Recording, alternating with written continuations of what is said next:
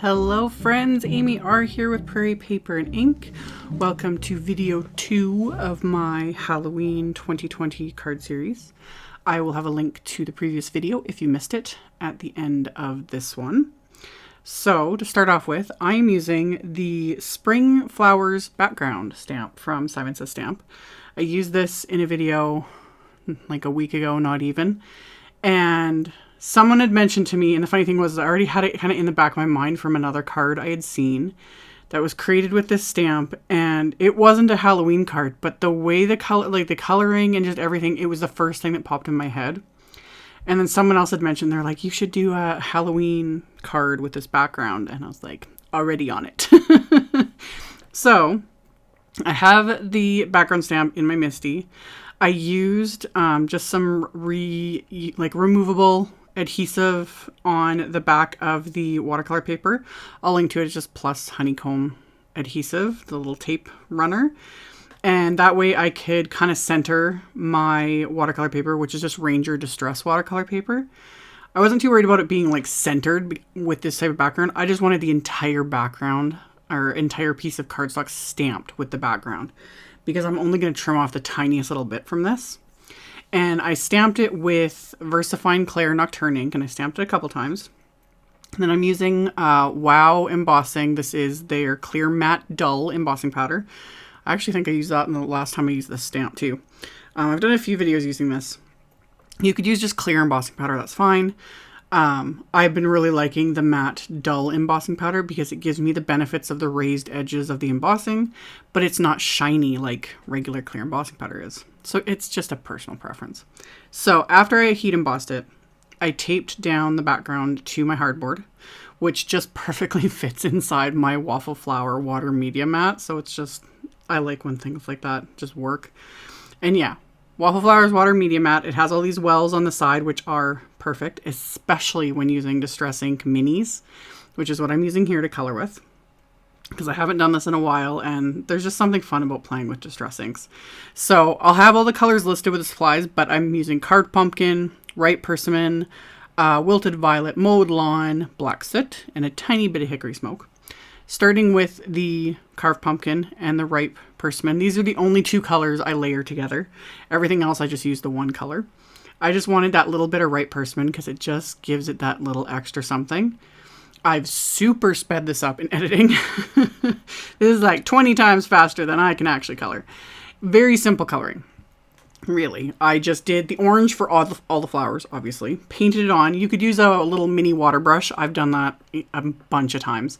This time, because it was sitting here, I was just using my fancy silver black velvet brush and just getting the brush wet, swirling it into the smushed ink in the wells and painting with it. I'm using my heat tool in between colors because I want them really dry, because I'm using such contrasting colors, like orange and purple and now black.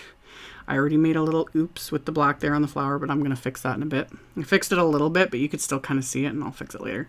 My hand is kind of there in the way. I lean on my hand a lot when I'm doing things like this. So anyway, I did all of the colors first, and then this is what took the longest, was going in and painting this background. I wanted to do this last because I knew I had to be really careful with it, and I didn't want to smear, anything.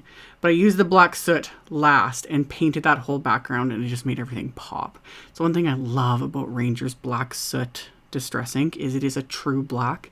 It's not one of those colors where you will, like some black inks, at least back in the day, not so much now, but usually water-based black inks, when you would water them down a bit, they would turn purple. Black Soot doesn't do that. It is a nice black. So anyway, painted that whole background. I used the Hickory Smoke for the flower centers, and I did two little dots just to kind of make you think of eyes, but it wasn't like overtly, super obvious.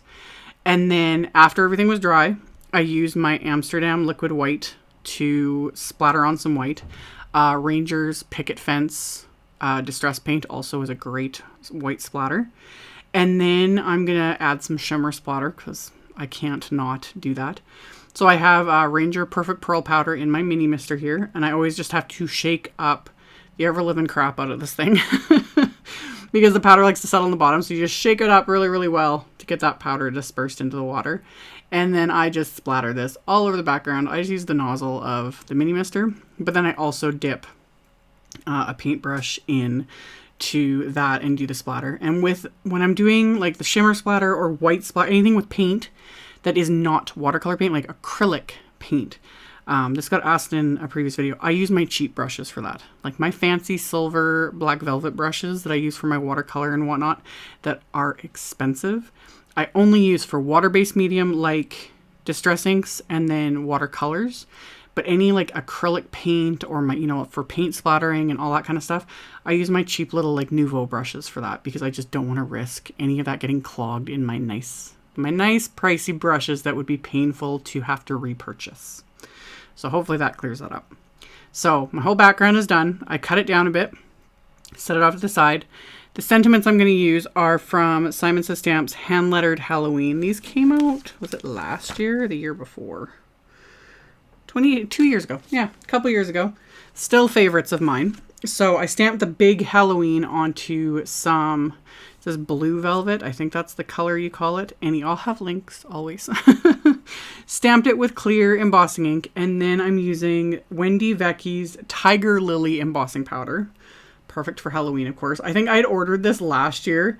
And by the time I'd ordered it, and the time it arrived in here to me in Canada, I think like Halloween was over, so I never got a chance to use it. So I pulled it out, used it for this. Love it. Love that. It's so orange. It's perfect. So I heat embossed the sentiment, and then I die cut it with the coordinating wafer die. There is a happy word in the Handlettered Halloween set, but I didn't want such a large word for that. So actually I pulled out one of the sentiment strip packs from Simon. I think this is the Happy Always or something. But I just took one of the sentiments, trimmed it down with my paper trimmer, and then trimmed out just the happy word. And because these are printed onto white cardstock, I've shown this in other videos, I just edge those exposed white edges with my Memento Tuxedo black marker. It just makes everything look a little more seamless, a little more finished. So I've got that. And then I'd also die cut some white cardstock with Simon's Friendly Ghost wafer dies, which I'll get to in a second. And these came out 3 years ago. These came out a while ago too. Everything's still available. I made sure to check this time. And I'll have links as always. So the watercolor background, I matted it with a piece of black cardstock. And then, yeah, I've got my little friendly ghosts here. And then for that large Halloween sentiment, rather than fiddling with little pieces of foam tape with something like this, I remembered the trick of just die cutting it a few more times from the same cardstock, and then I can just stack these together with the Craft Tacky adhesive. That way I get the dimension and I don't have to sit and like fiddle with bits of foam tape and all that. I need to remember to do this more often because it's way, way more convenient than fiddling with little pieces of foam tape. So I stacked 2 layers behind that sentiment just to pop it up. And then my friendly little ghosts, I adhered directly to the background. Just stuck those down first, and then I ended up deciding I'm going to add that happy word with a little bit of foam adhesive, just my thin 3D foam squares. So I'm going to adhere the main Halloween sentiment with more Craft Tacky glue. This one was easy to just pop these little foam squares on, so I didn't have to worry. But another thing you can do, which again I always forget to do, is you can just use little scraps of cardstock too for small things. Just use little scraps of cardstock and stack them the same way I did with the sentiment, and that way you get your dimension and you don't have to fiddle with foam tape. But again, it's something I just always forget to do, but it's also because I literally have a drawer full of foam dimensions, like foam dimensionals in all different shapes, because it doesn't take me long to start hoarding them, and I have tons of them. Anyway, adhered the sentiments, adhered that little ghosty right over the spot where I made a mess earlier. So that's what you always just glue something on top of it. Stick on an embellishment, add some splatter, do what you got to do. Like, don't overthrow away a background if you accidentally make a little bit of a mistake or whatever, mess something up. Colors bleed into each other, whatever. Most of the time, like 99.5% of the time, it's salvageable. So I trimmed down my card base with that same blue violet. Is that the color? I don't know. My brain is just not working today. Anyway, trim down my card base with that. I'm using more of, or just that same bit of painter's tape I used in the beginning to not only mask off the top inner portion of the card, but also to hold this in place because I want to make sure I stamp the entire inside with this background stamp that I've cleaned off. So I did the same sort of trick, kind of just lining it up on the background to make sure it's going to fully be stamped. Closed my MISTI upside down, flipped it over, good to go. So I did that, and then I'm inking up the stamp with Carved Pumpkin Distress Oxide ink, because oxides show up on dark cardstock, whereas regular distress inks will not, because there is no pigment to them. They are dye-based. Oxides have pigment. Pigment sits on top of paper. You'll always get a different look depending on the colors you use. So here I'm using that orange on top of this blue violet. So it's not quite the same, but I'm more than okay with that. I wanted more just the texture. I didn't want like bright, stark orange.